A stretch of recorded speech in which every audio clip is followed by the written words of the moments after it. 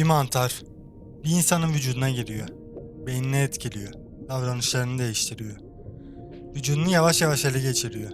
Ve sonunda insan artık kendi bedeninin kontrolünde olmuyor. Last of Us'ta gördüğümüz Cordyceps salgını böyle anlatılıyor. Ama korkunç olan şu. Bu hikayenin çıkış noktası tamamen hayal ürünü değil. Çünkü doğada gerçekten bazı mantarlar var. Ve bu mantarlar başka canlıların davranışlarını değiştirebiliyor. Özellikle karıncalar üzerinde. Peki bir mantar gerçekten bir canlının davranışlarını kontrol edebiliyorsa neden bunu insanlarda da yapamazsın? İşte bu videoda Last of Us ile gerçek biyolojiyi birbirinden ayıracağız. Cordyceps'in gerçekte ne yaptığını, insan vücuduna girerse ne olacağını, beynimizi kontrol edip edemeyeceğini, iklim değişikliğinin bu hikayedeki rolünü ve en önemlisi Last of Us'ın ne kadarının gerçekte mümkün olup olmadığını inceleyeceğiz. Öncelikle önemli bir ayrım yapmamız gerekiyor. Oyunda gördüğümüz Cordyceps ile gerçek hayattaki Cordyceps aynı şey değil. Last of Us gerçek mantarlardan esinleniyor.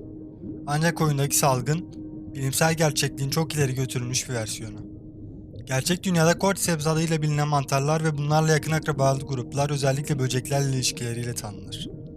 Bunların bazıları karıncaları enfekte edebiliyor. Ve burada inanılmaz bir olay gerçekleşiyor. Mantar yalnızca karıncanın vücudunda büyümüyor. Konak canlının davranışını da etkileyebiliyor. Yani doğada gerçekten zombi benzeri bir ilişki var. Tabi burada zombi kelimesini mecazi anlamda kullanıyoruz. Çünkü karınca ölüp yeniden dirilmiyor. Mantar canlı konağın davranışını kendi yaşam döngüsüne avantaj sağlayacak şekilde değiştirebiliyor. Ve bu, Last of Us'ın temel fikrinin neden bu kadar etkileyici olduğunu açıklıyor. Peki bu nasıl oluyor? Bir mantar karıncaya bulaştığında, mantarın hücreleri konağın vücudunda gelişmeye başlıyor. Ancak olay sadece mantar karıncanın beynine giriyor ve joystick gibi onu kontrol ediyor kadar basit değil. Bilim insanları bu davranış değişikliğinin çok daha karmaşık olduğunu düşünüyor. Mantarın konağı sinir sistemiyle ve kaslarıyla ilişkisi, kimyasal sinyaller, metabolilik değişiklikler ve dokular arasındaki etkileşimler bu davranış değişikliğinde rol oynayabiliyor. En ilginç noktalardan biri ise şu. Enfekte karıncanın davranışı mantarın yaşam döngüsüyle uyumlu hale gelebiliyor. Yani mantar için önemli olan karıncanın hayatta kalması değil, mantarın bir sonraki aşamaya ulaşması. Bu nedenle bazı enfekte karıncalar normal davranışlarından ayrılıyor. Ve sonunda mantarın çoğalması için uygun bir noktaya ulaşabiliyor. Ardından mantar konağın vücudundan gelişerek sporlarını çevreye bırakıyor. Böylece yeni konaklara ulaşma şansı ortaya çıkıyor. Doğada bunun gerçekleşmesi, bilim kurgu senaryosundan bile daha tuhaf görünüyor. Ama burada çok önemli bir sınır var. Karıncayı etkileyebilmek insan beynini kontrol edebilmek anlamına gelmiyor. İşte Last of Us'ın en büyük bilimsel sıçraması burada başlıyor. Çünkü mantarlar doğada inanılmaz derecede başarılı organizmalar. Milyonlarca farklı mantar türü bulunur. Ancak bunların yalnızca küçük bir bölümü insanlarda hastalık oluşturabiliyor. Bunun nedenlerinden biri, insan vücudunun mantarlar için oldukça zor bir ortam olması. Öncelikle sıcaklık. İnsan vücudu yaklaşık 37 derece civarında. Ve bu sıcaklık birçok çevresel mantar için ideal değil. Üstelik vücudumuz yalnızca sıcak değil. Bağışıklık sistemimiz de sürekli olarak yabancı organizmaları tanımaya ve yok etmeye çalışıyor. Bir mantarın insan vücuduna girebilmesi, orada hayatta kalabilmesi, dokulara yayılabilmesi ve bütün bunları yaparken bağışıklık sisteminden kaçabilmesi gerekiyor. Bu bile tek başına büyük bir engel. Ama diyelim ki bir mantar bu engellerin bazılarını aşmayı başardı. Hala daha büyük bir problem var. İnsan beynine ulaşmak. Last of Us'ta enfeksiyon ilerledikçe mantar insanın sinir sistemini ve davranışlarını etkiliyor. Peki gerçek hayatta bir mantarın bunu yapması mümkün mü? Şu anda buna dair bir kanıtımız yok. İnsanlarda mantar enfeksiyonları elbette ciddi olabilir. Bazı mantarlar akciğerleri, kan dolaşımını, cildi veya başka organları etkileyebilir. Özellikle bağışıklık sistemi zayıflamış kişilerde bazı mantar enfeksiyonları hayati tehlike oluşturabilir. Fakat bu, mantar beyninizi ele geçirir anlamına gelmiyor. Last of Us'ın yaptığı şey gerçek bir biyolojik mekanizmayı alıp onu insan beynine uyarlamak. Buraya kadar anlattıklarımızdan sonra o zaman mantarlardan korkmaya gerek yok diye düşünebilirsiniz. Ama durum o kadar basit değil. Çünkü gerçek dünyada zaten ciddi mantar hastalıkları var. Hatta son yıllarda bilim insanlarının dikkatini çeken türlerden biri Candida auris. Candida auris insanlarda ciddi enfeksiyonlara neden olabilen ve bazı ilaçlara direnç gösterebilen bir mantar. Üstelik özellikle sağlık tesislerinde yayılabilmesi önemli bir halk sağlığı problemi oluşturuyor. CDC'nin verilerine göre ABD'de 2024 yılında 6304 klinik kandida auris vakası bildirildi. Bu sayı tek başına bir zombi salgını anlamına gelmiyor. Kesinlikle değil. Fakat bize başka bir şey gösteriyor. Mantarlar insanlarda ciddi hastalık oluşturabilir. Ve bazıları tedaviyi zorlaştıran ilaç direncine sahip olabilir. Yani gerçek dünyadaki tehlike, insanların zombiye dönüşmesi değil, yeni ve zor tedavi edilen mantar hastalıklarının ortaya çıkması. Şimdi Last of Us'ın en ilginç bilimsel fikirlerinden birine gelelim. İklim değişikliği. Hikayede mantarın insan vücut sıcaklığına dayanabilecek şekilde evrimleşmesi fikri önemli bir rol oynuyor. Peki gerçek dünyada sıcaklık gerçekten mantarları değiştirebilir mi? Evet. En azından bilim insanlarının ciddiye aldığı bir konu bu. Çünkü çevrenin sıcaklığı ve iklim koşulları mantarların nerede yaşayabileceğini etkileyebiliyor. Daha sıcak koşullar bazı mantarların daha geniş bölgelerde yaşayabilmesine olanak sağlayabilir. Hatta bazı mantarların daha sıcak ortamlara adapte olması, teorik olarak onları insan vücuduna karşı daha toleranslı hale getirebilir. CDC'de iklim ve mantar hastalıkları arasındaki ilişkiyi izliyor. Değişen sıcaklık ve yağış düzenlerinin bazı mantarların yaşam alanlarını genişletebileceğini belirtiyor. Ama burada çok önemli bir ayrıntı var. Bu dünya ısınacak ve Cordyceps insanları zombiye çevirecek demek değil.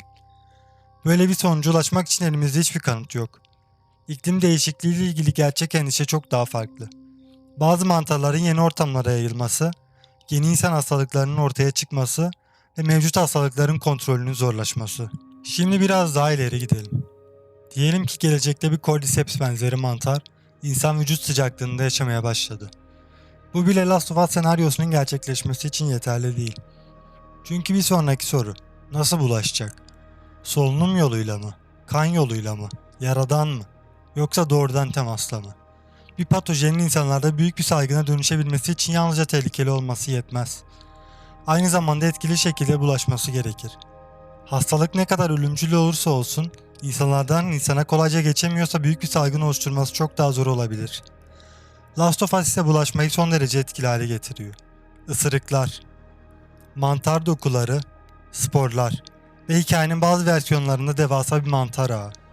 Bunların hepsi enfeksiyonun yayılmasını kolaylaştırıyor. Gerçek dünyada ise böyle bir insan Cordyceps bulaşma sistemi bildiğimiz kadarıyla yok. Peki bütün bunlardan sonra Last of Us tamamen saçmalık mı? Aslında hayır. Bence oyunun en başarılı tarafı mantarın kendisi değil. Mantar fikrinin nasıl kullanıldığı. Çünkü oyun bize şunu düşündürüyor. Doğadaki bir organizma başka bir canlıyı kendi yaşam döngüsü için kullanabiliyorsa insanlarla ilişkisi nasıl olurdu? Bu soru gerçek bilimde de önemli. Parazitler, bakteriler, virüsler, mantarlar. Hepsi konaklarıyla karmaşık ilişkiler kurabiliyor.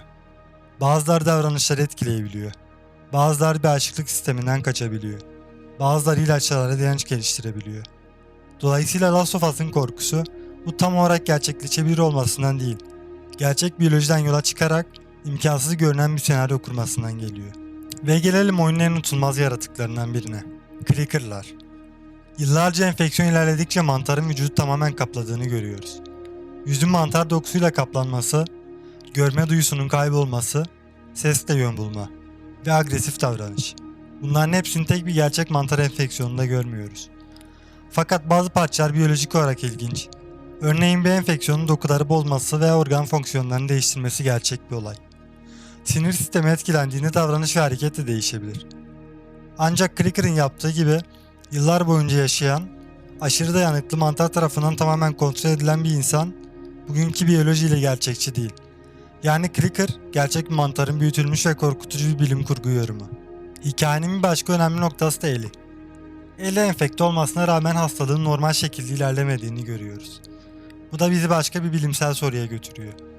Bir insan bir mantara karşı doğal olarak dirençli olabilir mi? Evet. İnsanlar zaten bazı enfeksiyonlara karşı diğerlerinden daha dirençli olabilir. Bunun nedeni genetik farklılıklar. Bağışıklık sistemi, önceki maruziyetler veya vücudun mikroorganizmalarla olan karşılıklı etkileşimleri olabilir. Ancak Last of Us'taki gibi bir kişinin enfekte olup aynı zamanda mantarın davranışını değiştirmesi ve bu özelliğin bütün salgını sona erdirecek bir tedaviye dönüşmesi çok daha büyük bir varsayım. Yani Ellie'nin durumu gerçek biyolojiden ilham alan ama bilim kurguya ait bir fikir. Buraya kadar Last of Us'ın neden bugün gerçekleşmesinin çok düşük ihtimal olduğunu gördük. Ama asıl ilginç soru şu.